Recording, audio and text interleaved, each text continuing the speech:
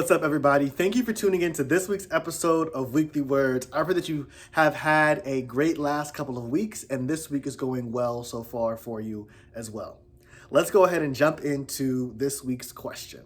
So this week, I want to tackle the question, is being disciplined that important? And to be very direct and very short, it is. Being disciplined is very important. Let's check out scripture in Hebrews chapter 12, starting at verse 11. Scripture says, "No discipline seems pleasant at the time, but painful. Later on, however, it produces a harvest of righteousness and peace for those who have been trained by it." Now, I completely understand, like this first part of the scripture says, discipline does not seem pleasant in the moment, right? Whenever we are living a disciplined life, it low-key sucks, right? Whenever we're really, disciplined on what kind of food we eat, maybe what time we go to sleep, how late we stay up, what we watch, what music we listen to, how often we work out, our work-life balance, how much time we spend on the internet, on Instagram, all these different things. Like, yes, discipline can suck because we are depriving ourselves of a lot of things that we enjoy or things that we like, or maybe we're cutting that off completely and now we're only doing what's right or what is best for us. And that can really suck depending on how long we are moving forward in that way. Or maybe it's not even that kind of discipline in terms of limiting yourself. Maybe it's just the discipline of putting in the work day after day to achieve our goals or our dreams or the promise that God has for us. Regardless of whatever it is, like scripture says, discipline in the moment oftentimes is not enjoyable. It's actually painful. But let's not just stop at the first part of the scripture. Let's keep going to the rest. It says, later on, however, it produces a harvest of righteousness and peace for those who have been trained by it. So if we are someone that is trained by discipline, it is just a matter of time for us to be able to reap the harvest that comes along with it, a harvest of righteousness and peace. And I take that to be, if we are doing the discipline that we need to do in order to achieve our goals, reach our vision, live on purpose, be with God, then we are then stepping into a harvest of reaching those blessings and reaping that purpose and reaping that promise that God has for us. So it's one of those things that it's so important not to get caught up in the moment of it, but what can be produced by it.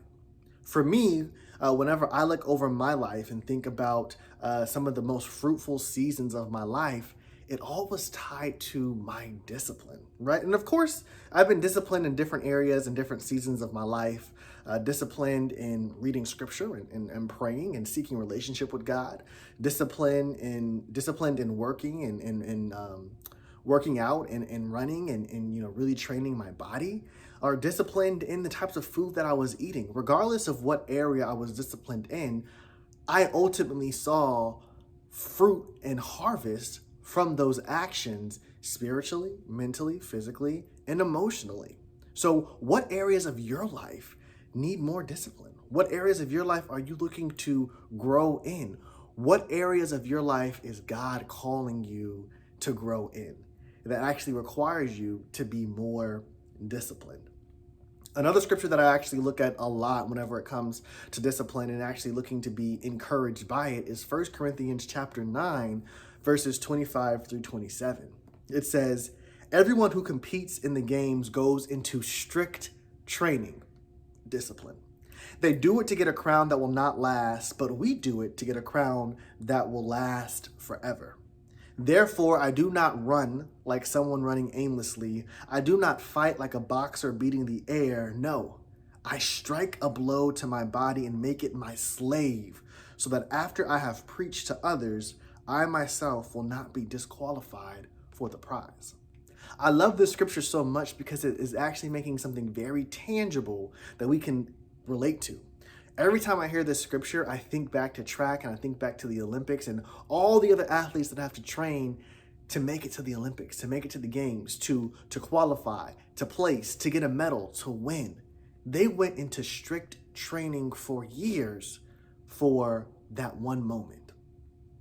I think about all of our favorite actors and actresses and singers and artists and those who have inspired us in civil rights movements, in the tech industry, in the engineering industry, legally, wherever you look up to.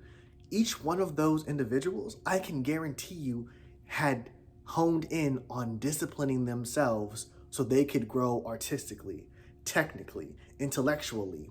They can grow in their relationships. They can grow in their business. Whatever it was, they put in the work. So if you're saying that you are someone who wants to be great, who wants to grab onto the promise that God has for you, who has set out goals for the year and you're looking to achieve them, discipline comes with that.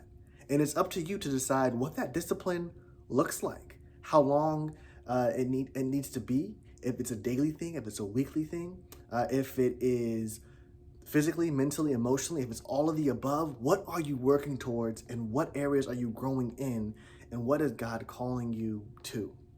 And I know that discipline does not seem favorable in the moment. It actually can be extremely painful. But remember, discipline produces a harvest of peace and righteousness. So what are you working towards? And do you want to achieve and reach that harvest? Are you willing to be disciplined?